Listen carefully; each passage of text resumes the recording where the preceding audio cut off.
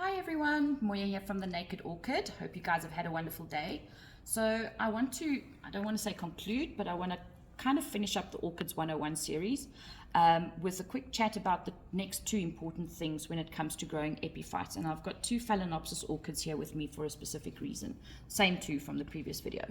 So the first thing I want to talk about is airflow. In nature, obviously the wind blows, the air moves, and that helps the orchids dry out so that they don't stay wet and they don't develop rot. We touched on that about the crown rot and the stem rot that the orchids can get, and airflow is important to actually help these orchids avoid some of the illnesses or the baddies that they can develop in a home environment. There are many ways to create airflow. Open a window, open the sliding door, so that there is movement of air through the house. You can use a fan. It's just very important to not actually direct the fan at the orchid. You want it to be just creating air movement around the plants, not actually kind of blowing in the face of the orchid, if that's the best way to describe it.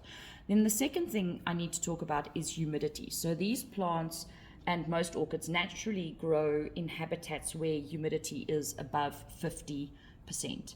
And humidity is nothing more than the percentage of water in the air around the plant, or in the air in general. There are a couple of tricks to add humidity to a plant. At home, if you don't have a humidifier, humidifiers are great to use. My house is just too big and too airy and too open, so it actually is null and void. You can just use standard water in a spray bottle and actually just spritz the plants. It's very important though, especially, so this one, as we discussed in the previous video, is lying down, so the water droplets would run off it.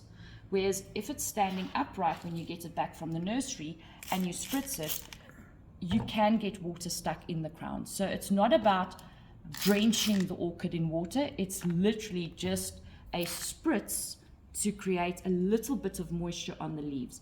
Now, doing that to the orchids, the humidity increase is direct to the plant, and it will increase the humidity for as long as the moisture remains on the plant. The moment this water evaporates, the humidity goes back down to what it normally would be. Another trick that a lot of people use, especially if you've got decorative pots that the orchid actually sits in, is if you add a layer of little pebbles at the bottom of the drip tray or in the decorative pot with some water in, because the orchid is sitting on the pebbles. It's not, the roots at the bottom are not actually in the water, and that just, as it evaporates, creates the higher humidity for the plant. Now, this one I will go and dry off now before it does develop a problem, but yeah, those are two of the key things that I wanted to discuss tonight before we start moving into more detail on specific Phalaenopsis or Oncidium or other orchid types. Hope you guys have a good evening. Thank you. Bye.